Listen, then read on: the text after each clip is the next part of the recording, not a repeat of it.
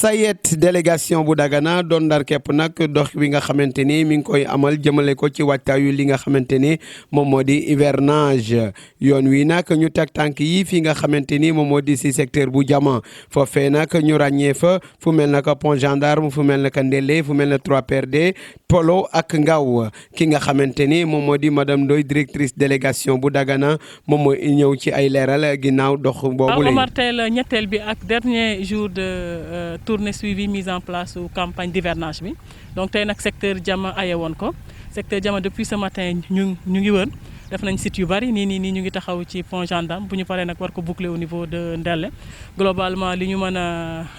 retenir ci secteur bi ñoom seen intention de mise en valeur révisée mi ngi ci 6032 hectares à cette date presque près de 1810 hectares offseté nañ ko déjà semis yi sax am na ñu commencé démarrer pour wax que ni vraiment campagne baa ngi installé wu.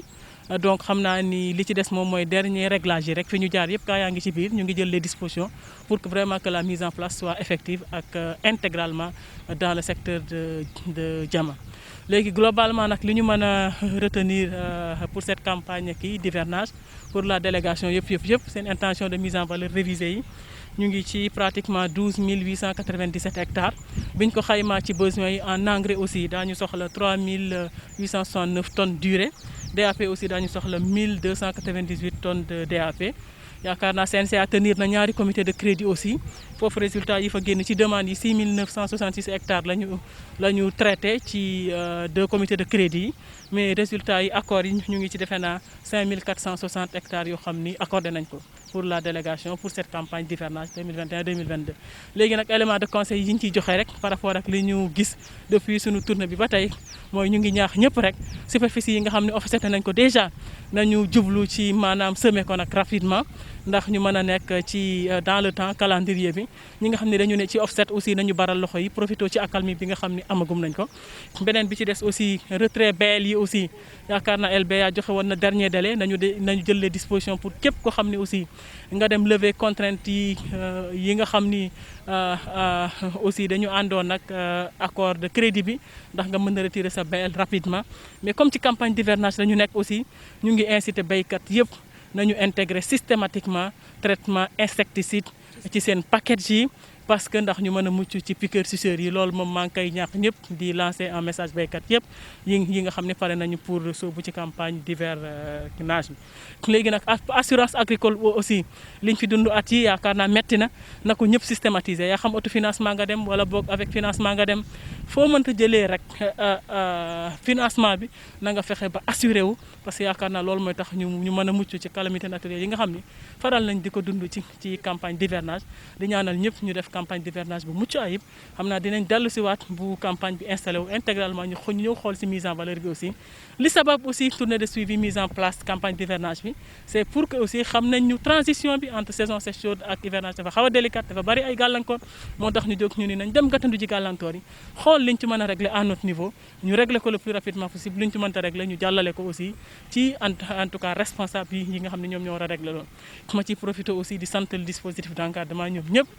gis nga leen ñu ngi ci di leen ñaaxaat aussi que béykat yi aussi ñun sunu téléphone fayul sunu buntu yaa ngi fii kenn ku nekk sa conseil agricole boo amee jafe-jafe interpellé ko dina ko régler bu dee mën na ko régler bu ko mënta régler dana ko jàllale délégation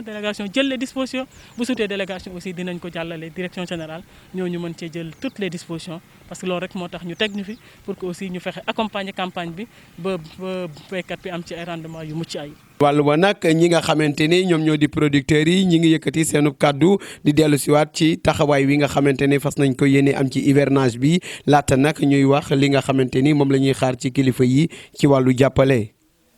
xam ngeen démarrage campagne hivernage toujours dafay am jafe-jafe te jafe-jafe il faut nga am le nombre de hectares yu bari pour nga mun assurer sa gestion exor bi parce que hivernage ñun on a des problèmes yi ñu kenn xalaatul woon mu ànd ak périmètre bi parce que hivernage ñànc day am ñànc day bloqué ndox mi te blocage ndox mi bu amee ak taw yu bari drain bi dafay fonctionner lu bari courant bi dafay bari te surtout le problème de ñànc bi posé na te ñoo xam ne 3PRD bi ñu koy nas dañu ko nasoon ci théorique mais il y a des pratiques yu ñu def c'est sur le coût hydraulique bi ak yu mu yenu gis nañ c'est trop cher que pour ñu mun ko yéen tant que amuloo nombre de hectares du tekk 1500 wala 1600 hectares par campagne dootoo mun génn ci gestion bi moo taxoon ñu donné un sonnette alerte pour que la SAED ak producteurs yi ñu fa dem campagne yëpp ñu xam loolu campagne aussi nit bu ko bëggee def am na ay période il faut mu dugg ci campagne bi parce que ndox mi am na ci canal bi nit yi nañu fay seen coût hydraulique observer seen tool jiw avant le 5 septembre pour ñu mun ci génn ci campagne bi ku koy béy day béy pour mu am ci dara mais doo toog bay def à la des derniers semis nga dugg ci yooyu wala def benn façon de repousse fekk amul njëriñ mais nañu góorgóorlu en tant que producteur ñu mun sensibiliser ñu xam ne périmètre bi ku ñun ñëpp ñoo ko bokk bëgg nañu mu dund ak dund bu baax li fi nekk exor bi dafa coûté presque 300 millions et ces 300 millions il faut nga amal ko DAT boo ko mënul respecter dundin projet bi du am donc autorités yi ñun d'accord nañu tey lu ñu collecté ci coût hydraulique bi nañu ko gérer exor bi ak ñànc bi pour faire en face ñu éliminer tout ça donc ñun d'accord nañu aussi pour jàppale nit yi jàppale suñu bopp périmètre bi mu dund parce que wax périmètre lu mel 2500 hectares en tant que privé ñu bañ dem campagne xel mënu ko nangu donc d'accord nañ ci principe boobu ñun ak SAED su amee déficit aussi ñoom daañu seet nu ñu koy régler ensemble avec le comité ak ñun ñu toog sur la table ñu def réajustement sur le budget ainsi de suite. ci liggéey bi actuellement def nañu réflexion yi mbéy mi dem nañ ci bi 50% sur 250 hectares yi ñu war a def campagne waaw foofu la ñu toll gum taalaguñu pompage mi mais fii ak le 20 bëgg nañu démarrer irrigation incha allah waaw. jafe-jafe moom du ñàkk ndax réflexion yi ñoom ñoo ñu xawoon tardel waaye yàlla defoon na léegi SAED bu mu ñëwee jàpp ci defal na études yi ñu delluwaat ci sunu compte ci la ñu génnee xaalis def fi 90 heures entre gradeur ak pelle ñu defar réflexion yi bi nga xam ne daal nekkul 100% mais 60% bi daal mun nañu ko jàpp léegi mun nañ ko daañu ci mun def campagne yi. lu ñu ñuy jàppale mooy surtout appui technique bu ñuy def bi maa ngi leen cee gërëm maa ngi ci dem cee gërëm madame Ndoye ndaxte wax dëgg yàlla li may def li yàgg naa ci SAED bu yàgg depuis 80 ba léegi maa ci biir SAED nekk naa ci travailleur nekk naa ci njiitum béykat bu yàgg ba léegi maa ngi liggéey ak ñoom wax dëgg yàlla activité yu ma gis muy def dem ko ci encouragé fu ñu war jàppale mooy ci wàllu technique boobu yàlla defa noonu bu ñooy def aménage bu ñu calculer noonu lu war defar suñu aménagement tey ba ñu mun dem campagne nekk na 9 millions quelque waaye bu ñëwee ñoo na jàppale prioritaires yi bi ñu taxawoo ci 4 millions 500 pour ñu mun defar loolu ñu dem ci campagne bi yeneen 4 millions yi ñoo bàyyi leen bi beneen campagne yi jokk mun àggale ci côté drainage bi jàppale nañu ci indi nañu fii ay travaux yoo xam ne nii pareage la wala daal yu jóge ci SAED ñoom ñoo defar canal drainage bi am nañu yaakaar ne ñeme nañu lu ma taw kay na tool yi duñu inondé duñu mun campagne loolu ci ñoom lañ ko yaakaar ñàkk nañu léegi ay semences yu baax ñoom lañ bëgg ñu jàppale nu ci wàllu technique ak ci wàllu relation bi ñu am semence yoo xam ne ni semence qualité la ndax tool yi defar nañu leen actuellement bi ñu nekk qualité jiw qualité lañ ci bëgg def yooyu lañ bëgg def daal ak SAED moo gunge na ci bi ñu am campagne bu mucc ayib engrais nekk moom xaw na manqué ba tey ndax suñu site bi nga xam ne moom lañ fi yore man maa ko géré waaye ba léegi jotagul engrais wax dëgg jot naa nekk waa agriculture nee naa engrais bi mu manqué woon waaye mu ngi commencé dugg réew mi incha allah fi ak fan yu néew dana ñëw donc loolu noonu ko séentu am na ci yaakaar ndax xam nañu aussi ñi war a joxe engrais bi itam comme gouvernement bi ñu mel na ñooñu xam nañu ñoom itam ni ñu fullalee mbéy mi donc loolu lu ñu wax lu ñu gëm la lu ñu yaakaar la ñu ñaan yàlla. na lu am solo lu nekk fii ci réew mi ci xoo xam ni xam naa ni ñëpp xamuñu ko mooy benn activité culturelle boo xam ne bii SAED ak CNCA ak état Sénégal ñu ngi kiy def boo xam ne bii ñëpp ñu si war teg seen bët ñun fii mu nekk nii may waxante yow ñoo ngi sang suñu 3e campagne def nañu 2 campagnes parce que def nañu benn campagne maraîchage